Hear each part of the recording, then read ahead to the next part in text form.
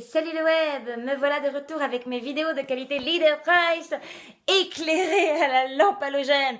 Parle, dis combien de temps t'es resté dehors, connard! Tout ça parce que mes abonnés m'ont demandé des nouvelles. Enfin, quand je dis mes abonnés, il y en a 3 sur 300, mais bon, c'est l'attention qui compte.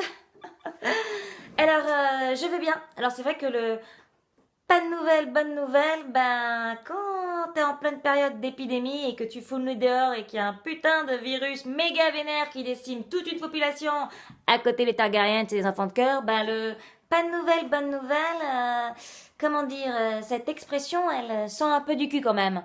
Ne t'en fais pas, je vais bien. Parce que j'ai trouvé finalement mon chemin. Non, pas du tout. Mais je pense que dans la vie, il faut être positif. Sauf au test du VIH, bien évidemment. Non, je pense que cette expression est désuète maintenant. Sauf au coronavirus. Non, mais c'est nul ça en plus comme blase, coronavirus.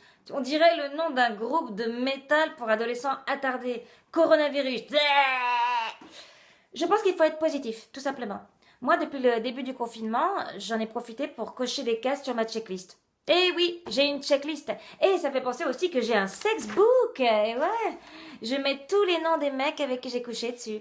Enfin là, j'avoue que depuis le confinement, elle est un peu en stand-by. Hein. Fait chier. J'étais arrivée à 35. Alexandre, oui, bon, j'en ai déjà 3. Georges, ça vaut 20 points. 25 ans, le mec. Il s'appelle Georges. Non, je sais pas, les parents, ils aiment bien donner des noms de vieux à leurs enfants. Georges, Henri, Louis, Jean-Charles.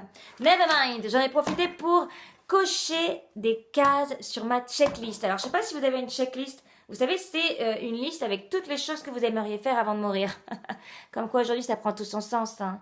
Donc, je vais partager avec vous ce que j'ai coché déjà depuis le début. J'ai coché, par exemple, vivre sous le temps de l'occupation et ne pas être libre de ses mouvements. Check! Oui, ben, chacun ses ambitions, hein. Faire une consultation vidéo avec un médecin généraliste. Check. Organiser un apéro visio avec des amis. Check. Alors en plus c'est génial pour l'apéro visio parce que maintenant je peux profiter de ma bonne bouteille de vin rouge et ne pas devoir la troquer contre une vieille bouteille de rosé qu'on ramène. Tu sais qu'il y a toujours des gens comme ça en soirée qui ramènent de la merde et qui boivent tous les trucs super cool que les autres ont ramenés. Hein. Je suis sûre que vous en avez dans votre entourage. Et vous alors, qu'est-ce que vous avez coché depuis le début du confinement sur votre checklist? Qu'est-ce que vous avez envie de me dire dans les commentaires, les loulous? Et surtout, ne prenez pas de cocaïne en période de confinement, c'est très dangereux. Je vous embrasse. Peace and love.